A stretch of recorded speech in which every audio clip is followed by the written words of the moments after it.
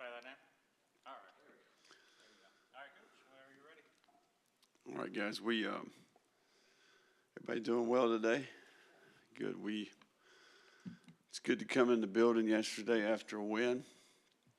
I think was really proud of the team and how they responded throughout the game, through the ups and downs of the game. We know anybody that watched that game knows that it wasn't perfect. We made a lot of mistakes in the game, but I also think that's an opportunity for our team to show some character and to respond and handle adversity well. We certainly did that. So, I think when we watch the tape, we see a lot of good, in particular on offense. I thought there was a lot of good. We improved certain parts of our team there. Defensively, I thought South Florida did a fantastic job, creating conflict, especially with the read game. Gave us a lot of new stuff early in the game. And I think they've got a pretty good group of skilled players there. The quarterback played well for them. And in the kicking game, outside of the holding penalty, I think we can cover the kicks better. I think we can cover the punts better, right? I think that's an area of our team where we need to continue to focus and improve. If you want to have a good football team, you got to cover kicks and you got to have really good specialist play. So, you think about the game, we got points off of turnovers. Our defense got takeaways. We forced field goals in the red area. Offensively, we were really limited in the game. I think we actually ran only 48 offensive plays or something like that. So the play count was a little bit out of whack. We had two possessions that were take-a-knee possessions, one at the end of the half, one at the end of the game. So I think there's a lot that we can clean up on the tape, but I also think we did a lot of good things. So, we've turned the page here yesterday, probably halfway through the day, and started working on Tennessee. Tennessee's got a good football team. You can see where Coach Heupel and his staff have improved in their time there. A lot cleaner product in all three areas of their team on film. Much cleaner football, offense, defense, and special teams maybe compared to last year. So this is a veteran team that we're playing against. Starting with the quarterback on offense and a number of players on defense that have played a lot of football. They're a deep team. They play a lot of players, especially on the defensive side. And I do think they do a good job in the kicking game. So got to go play at their place.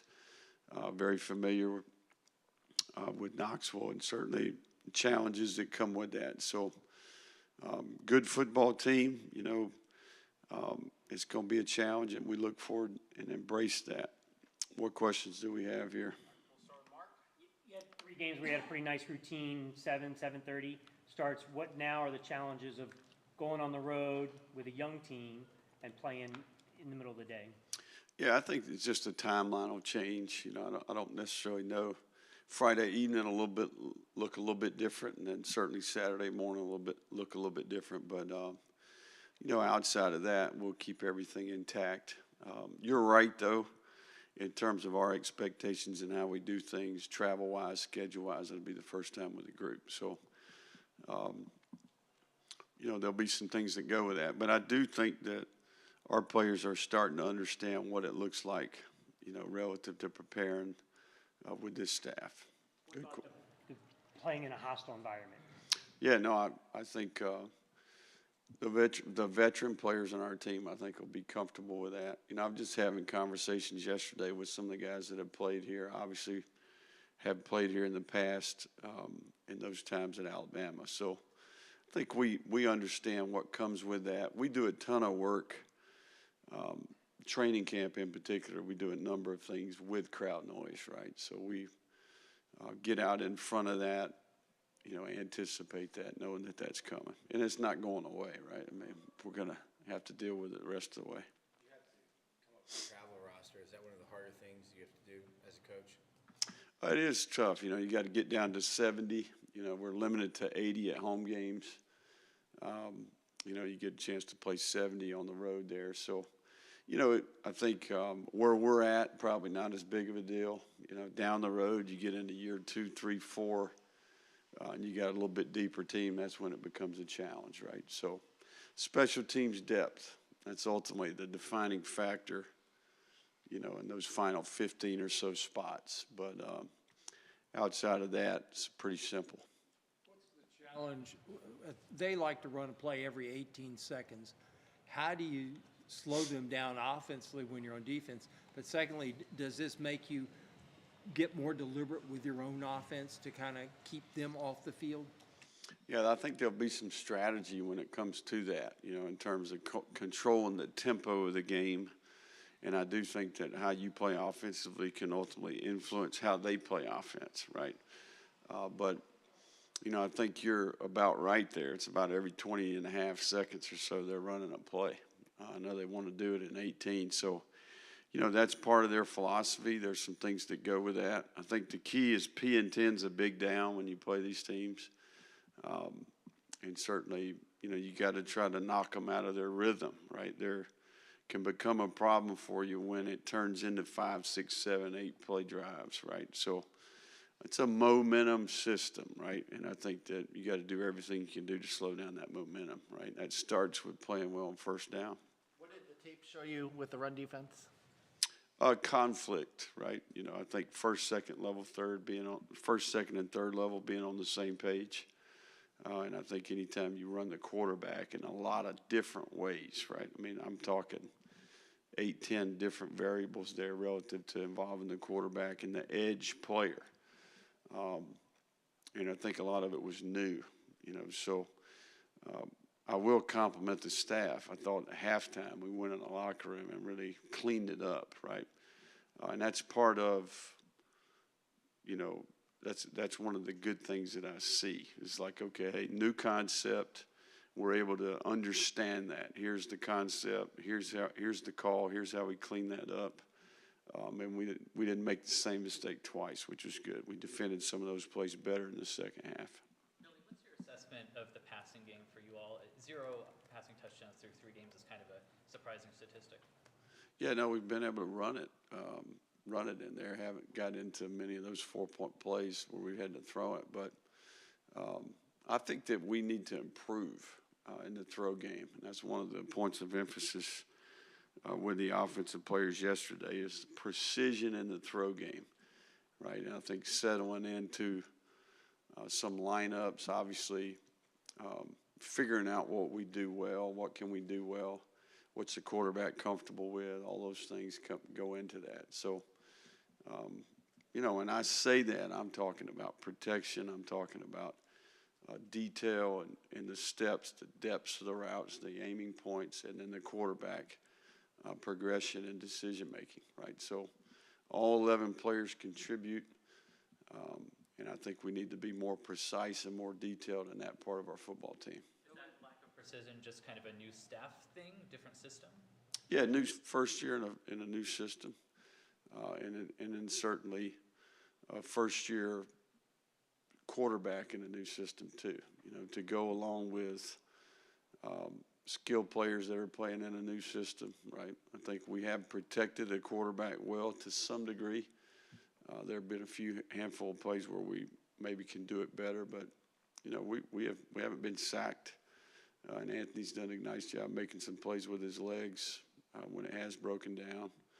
So it's an area of our team where we need to improve. There's no question about that. You can tell that. The average fan can tell that. My wife can, you know, she's informed me of that. So we need to get better. What's the key to keeping Anthony's confidence going in the right direction? And what kind of pressure is this guy under? I mean, when you really get into all the outside expectations, he's from games, all the NFL buzz, all Right. these things. Yeah, you know, I think the key is that, you know, you have the right perspective, right? You know, I think you got to see things from the big picture here. You know, we use the word journey, you know, to describe that, right? Like you got to play the long game here, realize, have a very technical way to teach and show what was done well, what was done can be done better.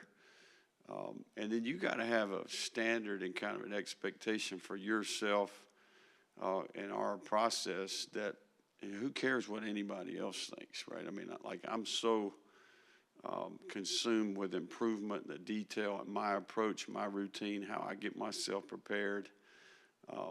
there's a lot of plays that maybe we had success on that we can do it better, right? I think we got to evaluate things independent of the result, independent of the outside opinion, right? Just what does the film say? And I would tell you, the guy played a really good first half of football. You know, we ran 25 offensive plays, and he was spot on in the first half, right? In the second half, obviously, is an area where we need to clean some things up. But, you know, we ask our quarterback to do a lot, and he's managing it well, and he's going to continue to get better. How can the receivers help him? Just being precise. You know, I think the attention to detail, there's a lot that goes with that position as well, you know, in terms of learning a new system. So,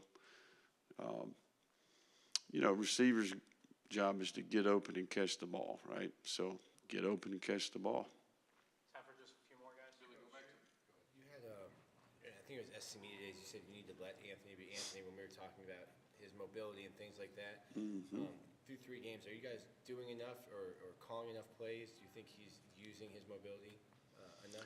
Yeah, I think there's I think our situation at quarterback has something to do with that, if that makes sense. But I also believe the guy's made some plays with his legs. You know, the guy made 2 third-down conversions in the game the other day. You know, where it's 3rd and 7 to 10.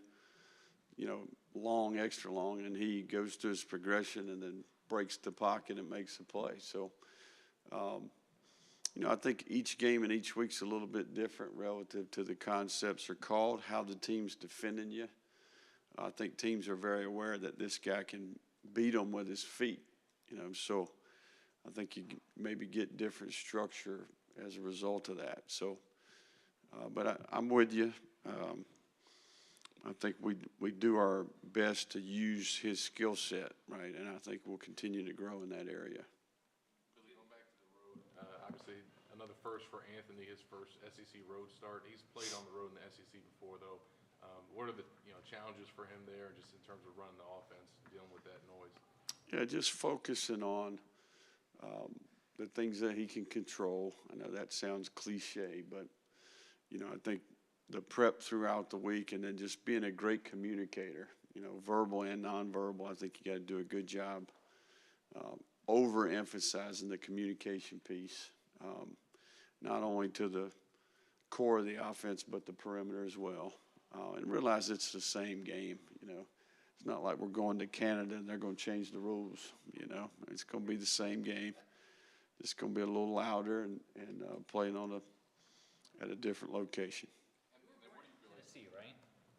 Yeah, I was born in Tennessee. Do you have any, I know you grew up in Georgia, but do you have any Vols memories or anything like that from growing up? Man, I got all kind of family that's diehard Tennessee fans, you know.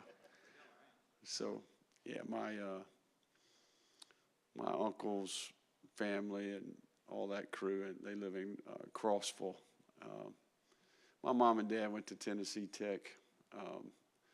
We moved to Georgia when I was about 2 years old, right? So my mom's parents owned a tobacco farm in Sparta, Tennessee. My dad grew up in Salina, Tennessee. So, yeah, know all about the Vols for sure. But they're Florida fans this week, right? Absolutely, yeah. And if they're not, they won't be at the game, I can promise you that. We need a family tree. I want explaining all that here. Yeah. Time for just one more, Zachary. Jalen said he's been practicing catching passes since the day after he got the cast on. Can you speak to his progress throughout the fall and how big that play was for him? Yeah, man, I think it's impressive. You know, the kid got banged up, made a decision that he was going to play through.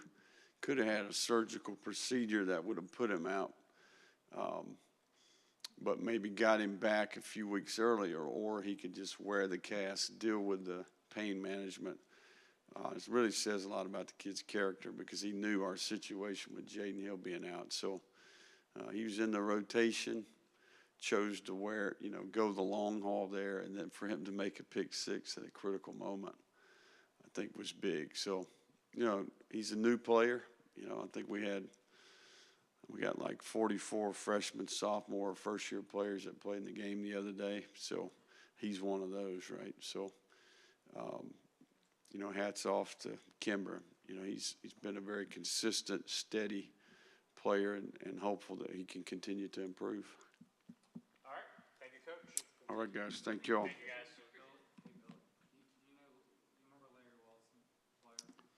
Larry Wilson.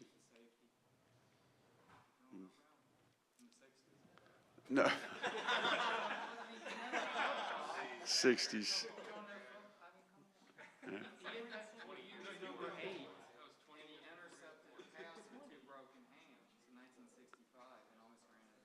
Well, there you go. You learn something every day.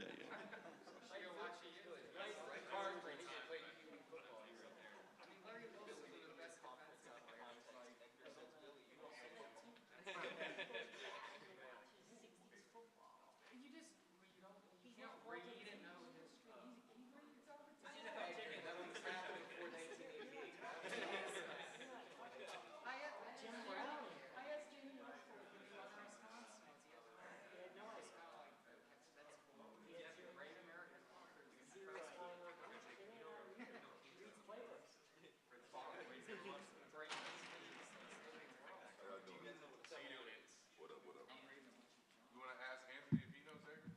Of course, he doesn't know Larry Wilson. Let me know when you guys are good in the back. All right, guys, we're joined by Anthony Richardson. We'll start with questions. How was it going back and just rewatching the game and kind of seeing it from that standpoint? It's always different, you know. Sometimes you think it's terrible.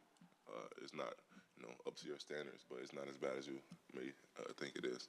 You know, just simple things that's messed up, some things that's people missing, you know. So it's definitely kind of good just watching it and just getting a feel for it and trying to improve on those small details. What are some of the things that you feel like you did well on film that you want to try and build on some more going forward? You know, some of the passes to Whittemore and shorter.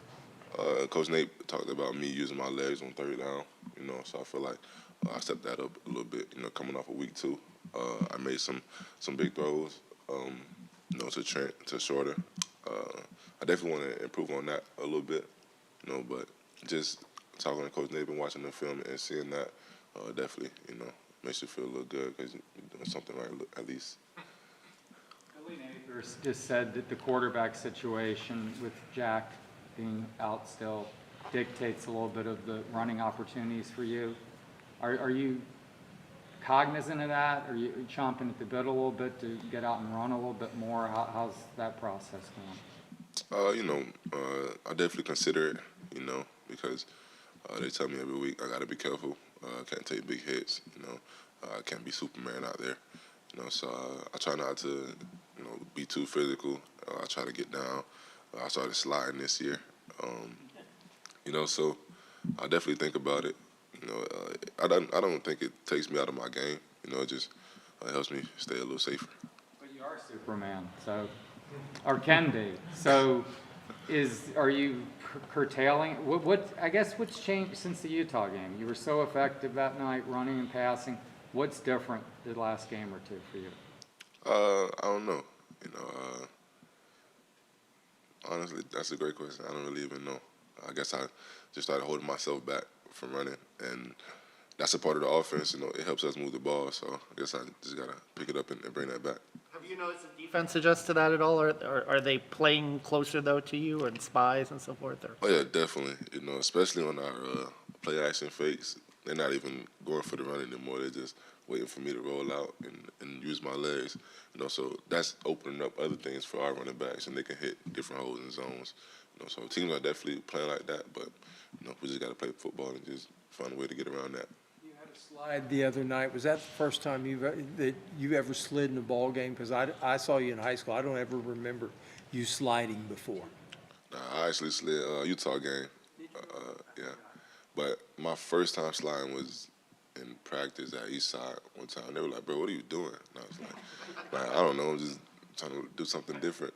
But Utah game was my first time actually doing it. Still got hit Saturday night after sliding. Yeah, a little bit. You know, it wasn't crazy hit or anything. The dude stepped on my ankle, so that was hurting a little bit. But I think it's better for me to slide instead of getting flipped in the air. How tough is it for a quarterback to not have a passing touchdown through 3 games? Like, does that get in your head, and how do you not let that affect you? At first, it was definitely getting to me, because you're like, bro, you're a quarterback. How come you don't have any passing touchdowns? You have 4 interceptions. I mean, I'm throwing the ball, but just not getting in the end zone. So it was affecting me a little bit, but now I'm just like, okay, it's football. It's going to come. I just got to let it come to me. I can't try to force it. Just got to let the game be the game. Who's really good at helping you flush that stuff? Sorry, Matt. That's okay. Who's really good at helping you not let that get into your head and become an issue? Just talking to different people. I have a mentor I talk to. He helps me out with that. My mom, she actually got onto me last night because I was talking about the 4 interceptions, and she started bringing up all these great quarterbacks and how many interceptions they've thrown and stuff. So she kind of got on me about that. But, just talking to my family and my mentor, they kind of helped me keep my head straight. What do you attribute the zero passing touchdowns to? Is it defense? Something you guys are not doing right offensively? I can say it's a little bit of both. Sometimes defense have good schemes to our plays, and just sometimes I'm missing throws or the routes aren't as perfect as we want them to be. So it's a little bit of everything. We just gotta tighten up the things that we can work on and we can fix. What do you anticipate with this crowd? Sorry, man. With the crowd, I mean, it's gonna be like almost 110,000 people. They're the biggest you've ever played in front of. That's a lot of people, but I'm ready for it. I played in the swamp. The swamp gets pretty crazy, gets wild. I know Tennessee fans are pretty wild themselves, so I'm just looking forward to another football game. Your high school coach always told me once that you're the biggest perfectionist he ever met. Does that affect you in the passing game? Do you think maybe you're trying to be too perfect with your throws instead of just loosening up and letting it fly? Oh yeah, definitely. Sometimes that's my biggest downfall, because in practice, if I miss a throw by 6 inches, I'm like, bro, that's a bad throw, but it's completed. So sometimes that is my downfall. Just trying to be too perfect sometimes can definitely mess me up, but I feel like it helps me grow as a quarterback. How about the communication process with the receivers? I mean, we talked about that in the offseason. How is that ongoing? And, Coach Napier talked about that even yesterday, more precision in the passing game. What are you doing in terms of that? Talking to the receivers, they're wondering like what they can do to help me, get them the ball, get them some touchdowns, so just communicating with those guys and trying to understand what they're seeing and trying to let them know what I see. I feel like it's going to help us. We're going to start doing something new this week, watching film together and just trying to understand like what can help us in different coverages and stuff like that. So, we're going to try a new philosophy this week and see how it goes. Anthony, a couple plays before your first interception, you came up hobbling after the first down run, and then you got like gang tackled. I think like the play before you threw the pick. How much is you taking shots during the game like affecting you throwing the ball and in the pocket at all? It's not really affecting me unless it's like something terrible. Like Kentucky game, I threw the first pass to Shorter, and the dude hit me in the knee. The same knee I had surgery on. So it affected me for like a few plays, but getting hit, it doesn't really affect me too much until like after the game or the next morning. Because I was definitely sore the next morning, but during the game, my adrenaline's pumping. I'm not really worried about it. Does that affect you more mentally or physically when that Kentucky hit? I would say a little bit of both. It's like, dang, he just hit me in the knee. I didn't even have the ball, and just thinking about that. But it was feeling, a little sore a little bit for the next few plays. But after a while, it just went away. I know you guys work on throwing different arm angles and that drill where guys are running between you. How happy are you with your mechanics? Because sometimes the throw requires you to be moving. Are you happy with your footwork, or is it something that needs a lot of attention now? How do you grade yourself on that? That's another great question. I'm satisfied with my mechanics, my technique and stuff. But sometimes, in the game, I get too happy with my feet. I'm hopping around, or I'm moving too quick, or moving too slow. And that might affect some power and accuracy and stuff. So sometimes I'm not satisfied with it, but overall technique and mechanics, I'm pretty good with it. explosive can this offense be, and will it need to be this week? I mean, Tennessee scores a lot of points. I mean, seems to be able to score a ton of points. Our offense, we can definitely be explosive, you know. Just watching the film, you can just see it. Like, we're one person away from having a good play, you know, whether that's me or a missed block or, you know, not a crisp route, you know. So I feel like if we have all 11 executing, we can be very explosive. And I feel like it'll be a good game. If it's a track meet, do you feel like this offense can hang? Oh, definitely. You know, we're going to try to, you know, keep their offense off the field because they like to move fast, and we're going to try to give our defense some rest. Going back to watching film with the receivers, the new trying to twist here, is that you're watching last game or you're watching Tennessee tape together? Just a little bit of everything, you know. Just looking at things that we can correct from last game and looking at things we can implement into this game and this game plan. So you've already done it a little bit? Yes, sir. How'd it go? Pretty good. You know, I feel like we have a good understanding. You know, talking to Ricky, Xavier Henderson, and Shorter, you know, I feel like we have a good understanding, and, you know, we'll see how it goes. Did you have a chance to spend any time around Hendon Hooker when you were at the Manning Passing Academy in July? Oh, yeah, definitely. When he first got there, you know, we sat down, talked, you know, about football, just talked about each other, just getting to know each other. He's a great guy. What makes him so effective, in your opinion, in Tennessee's offense? He's a playmaker, you know. He can make plays. He trusts his receivers, and they play fast. You know, it's kind of hard to stop an offense that plays pretty fast because you can't really adjust to it. But, you know, that's just him. He's a playmaker. He's a great ball player. Who do you talk to outside the building when things are, when you just want another voice, like when you're struggling a little or under pressure, you know, internal pressure? I definitely talk to Coach Said a lot, my high school coach. You know, he just tells me I just got to be myself and stop worrying about too much. Because I talked to him the other day, and before I could even tell him anything, he said he already knew what was wrong with me last game, and he just hit it right on the head. And I was like, wow, that's crazy how he could just see it like that. So just having somebody that knows me and understands me, it definitely helps a lot. Is that your mentor? When you mentioned your mentor earlier, is that your mentor?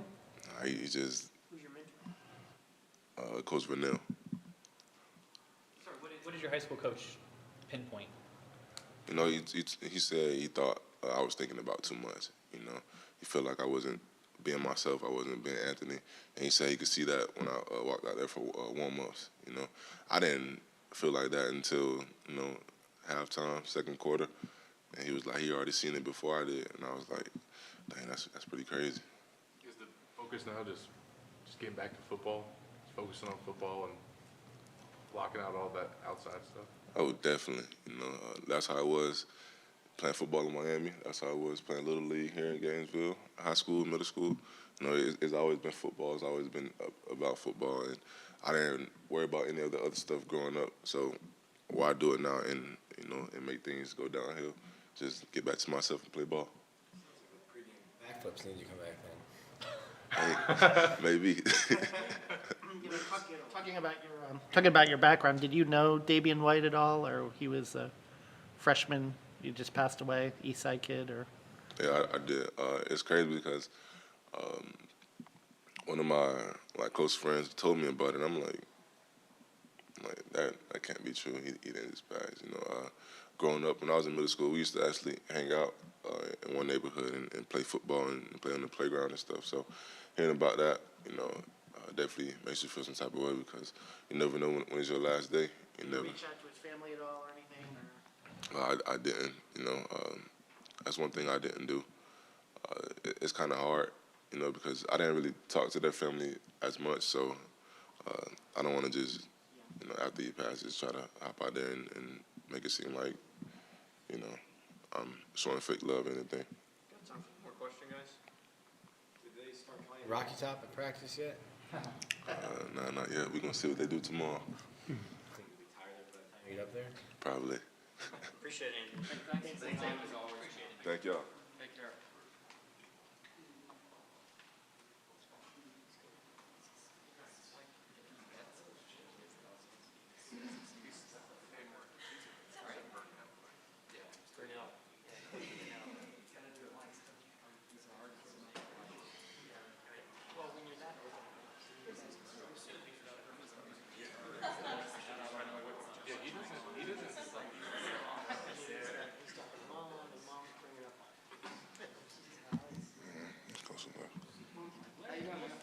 Doing pretty good. Yes, sir. Let me know when you guys are both good in the back.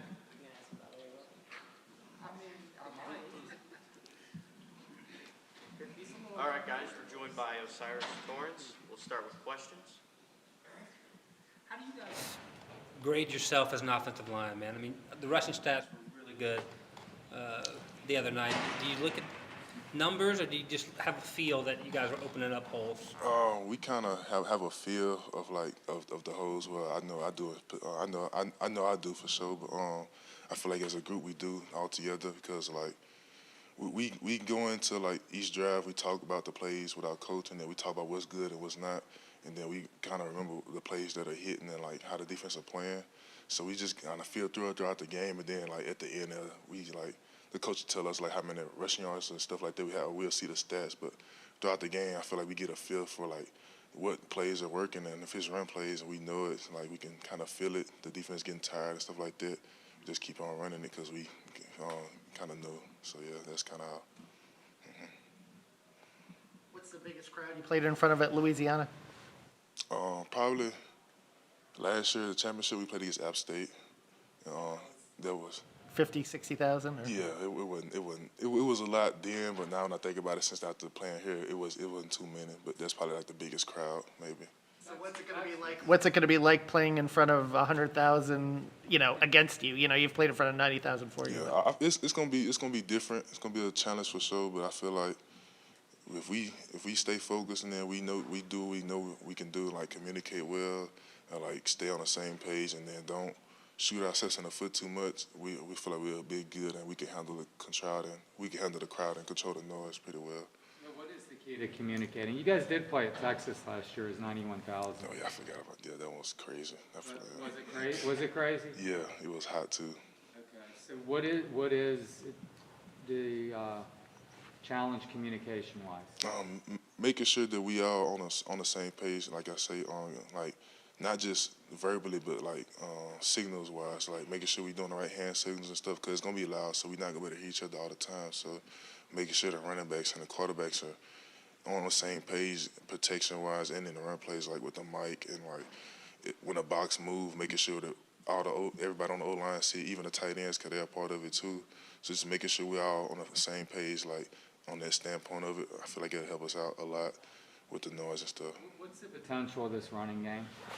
I feel like we got a chance to be great if we just do the small things right and don't forget the fundamentals as the season go on. Like I feel like if we just continue to do what got us here, like the small things like hand placement, footwork, and stuff like that, and just we all being on the same page, going to the same mic and stuff like that. We keep those small key details throughout the whole year. I feel like that'll help us get to where we want to be at the end of the year and be great. Being Montrell's former teammate, at Louisiana, what's it like seeing the success that he's having? It's fun. I make me proud, honestly, like when I see it, because like I watch him in practice, like when he first came as a freshman, and then like from seeing like the growth from him, learning like how to pull the backers to you more and just learning how to read cuts and read blocks better and better from like watching a practice film, because it's just fun. And then I'm just excited to see him. Then I know he's gonna keep getting better, so it's just fun. Do you guys have a little chemistry from playing together last year and stuff? Yeah, I feel like we do, because we talk about like different plays like between drives, like when we know certain plays that are called front side, but he know they can hit backside depending on how my block is and stuff like that. I feel like this just goes back from us practicing and play together, even back from last year, and I feel like those things like that are kind of what relays over to now. So yeah, yes sir. Did your family bring you care packages of food from Louisiana? My uncle did. My uncle, my dad did the first. What it was, Kentucky. They just brought me. They just brought some seasonings and stuff like that. I asked them to bring me like a few things, like not nothing too special, but just like a few things. Like, cause my dad cook a lot crawfish. No sir, I can't. I don't have time to cook crawfish like I want to. Yeah, you gotta have a pot and a boiler. You gotta have time to make the crawfish. So not right now. Maybe the bye week though. Yeah, for sure the bye week. Cyrus, what's the message on that game-winning drive? It seemed like you guys just went out there and decided to hand it to Trevor every single play. And what's the feeling as an offensive lineman knowing that that's the kind of the game plan? The message, the last drive, we were just talking like we just told like as a group, we just got to put it on our backs. Like we knew we was finna go out there and do, and like we knew that they couldn't really stop the run that well. And then we knew it was the fourth quarter, so we knew they was tired. And we practiced for situations like this, so we was ready for it. So it was fun because we knew exactly what we was finna go do. Then we just knew that either they was gonna stop it or they could or they wasn't. And then once we got a few first downs, we realized they couldn't. And then it just came of a match of like when we finna score because we know we're about to. So it just fun, and then it brings us confidence as an old lineman and as like a group, like with the running backs too, to know that like when we need us to, y'all can lean on us to get like the extra 3 yards for a first down or something like that. So it just helps us out in that aspect of it. And what do you think of Billy, turn into a true freshman running back in that situation and just the plays that Trevor's been making? I feel like we all felt like there was nothing wrong with the decision because we seen Trevor in practice. Like he built for those type of moments. Like he showed it early, even in like fall camp. Like we seen that like he not the regular freshman running back that comes in and like we have to wait a few games before you get a few touches or something like that. Like you honestly can't even tell he's a freshman when he's in the game the way he runs the ball. Like, he just got a natural feel for it. So I mean we all got confidence in him, so we knew he was gonna do what he had to do once he got here. So I mean, yeah, we was ready for it.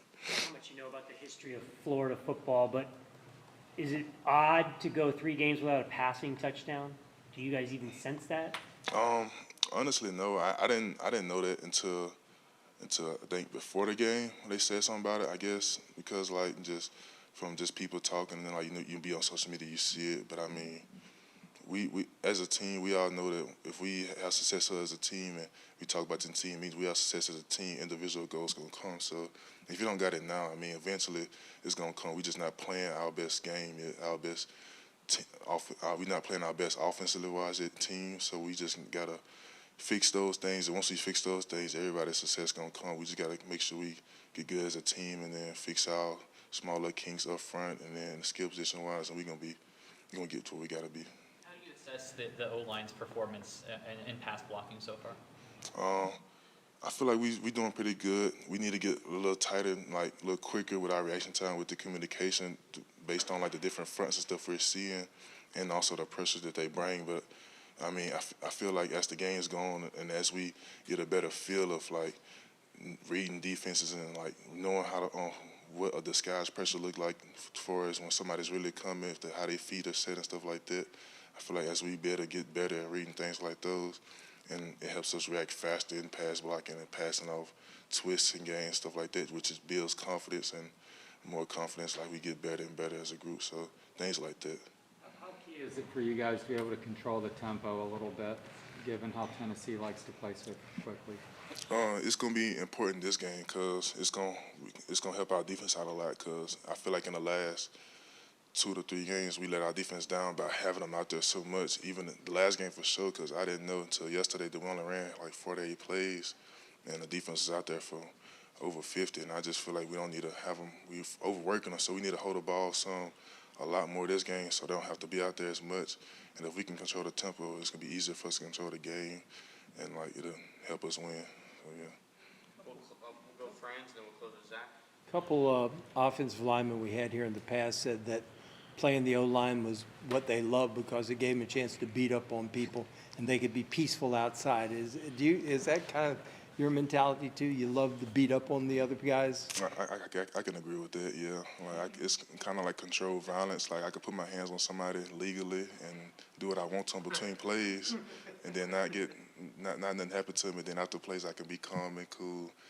But then once the ball hike again, I get to flip the switch and turn into that person again and do the same thing. So it's kind of fun, actually. When you're beating up on them, do you talk to them too? No, not unless they talk to me. I'm mostly trying to keep my breath so I don't get too tired. But I mean, sometimes you have some that talk and then you have some that don't because they know what's going to happen. So it all depends on the type of game you're in. So yeah. Your guys' run defense it's been kind of inconsistent over the first couple weeks, whereas run blocking has been a strength. Besides team drills, is there anything that you guys as a unit can kind of do to help the defensive line just develop as the season goes along? I feel like we talk about it in our O-line room. Like it's up to like that's why coach always say like every position is important because like the scout O-line who goes down there and gives them looks. Sometimes they need to like Coach will be on them like to pick it up to like help them, give them the best look they can, because like we only get so many good on good reps during the season, and most of our reps go to scouts. So coach is always on the scout team guys to make sure they're giving the defense line the best looks they can to help them out before the game. So if they have that, if the scout team plays as good as the next team's O-line, I feel like that'll help them out a lot with stopping a run and like containing whatever the other team's offense is doing. So we talk about that a lot in our meetings. Like our coach just tells scout team guys to give them the best look they can to help them out, and that helps. Yeah. Appreciate you guys giving up. Sorry. The offensive line. The stats say 2, but did you guys give up 2? Flip it has given up 2? Yeah, we'll take that. We'll probably take that. Yeah, we'll take that. One was Anthony ran out of bounds on the sideline. Yeah. I don't think they're on the line. What's your record for crawfish, man? 1-7. Napier said they haven't given up a lot. So I don't know. That's it. Throw it away. They ran out of bounds before 10 pounds.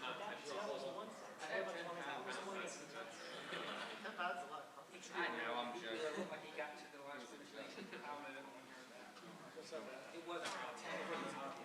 He just said he gained 10 pounds of crawfish in 1 7. You look like it. Look at it. Let me know when you guys are good to back. All right, guys, we're joined by Trevez Johnson. We'll start with questions. Did you know right away that you picked it off? Yeah, for sure. Sure. Maybe I held the ball up, man. How critical was that, obviously, just to get the ball back, especially when, the offense gave it away that they had a few plays earlier? That was a big play. I'm just glad to give them another chance. We were down. We needed that big play, needed a big spark, needed a shift in momentum. So I'm just glad it came to me. What's it say about Jalen Kimber that he breaks his hand on a Wednesday, practices on a Thursday, hadn't missed a practice, and then makes a play like he does the other night? That was another big play we needed, a game-changing play. I was happy for him. I know he's going through a little something with his hand, but for him to just keep playing and just instead of going through and going to get surgery on it and stuff and just toughing it out, that was big for him. And then he had a big moment in the game, changed the game, so I was happy for him.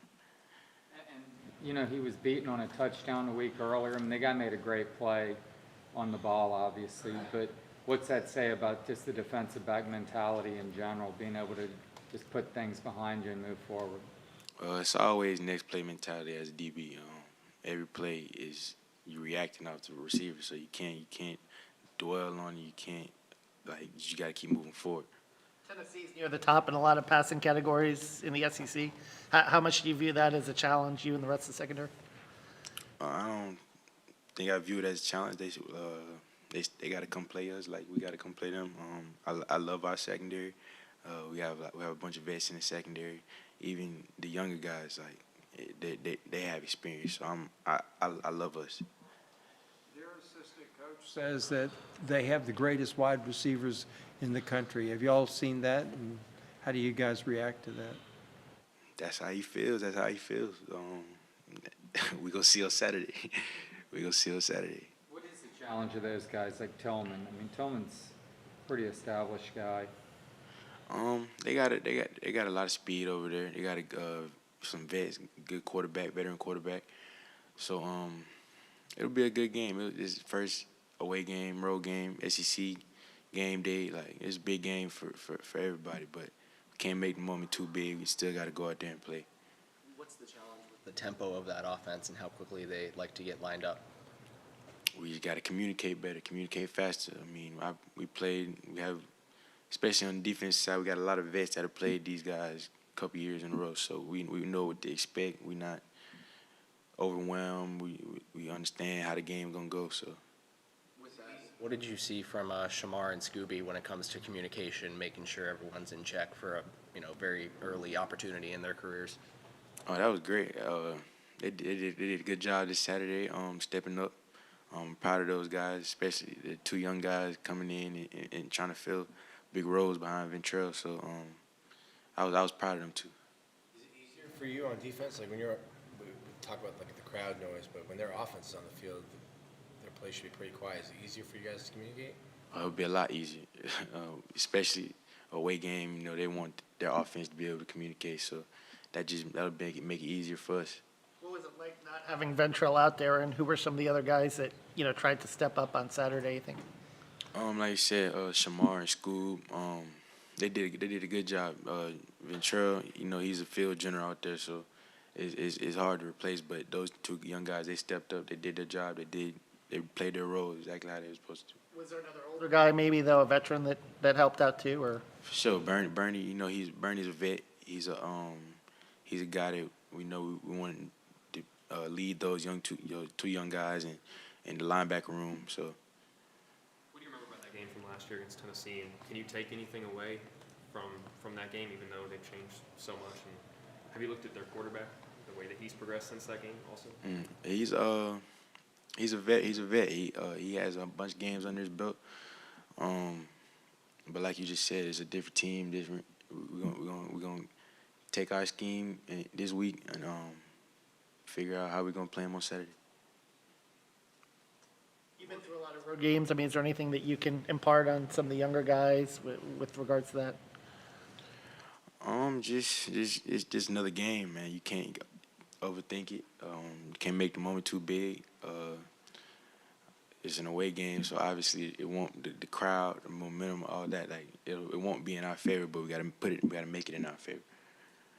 What's the key to communication? I'm sorry. What's the key to communicating? We were asking Osiris about that, but as defensive backs and just getting lined up and things like that.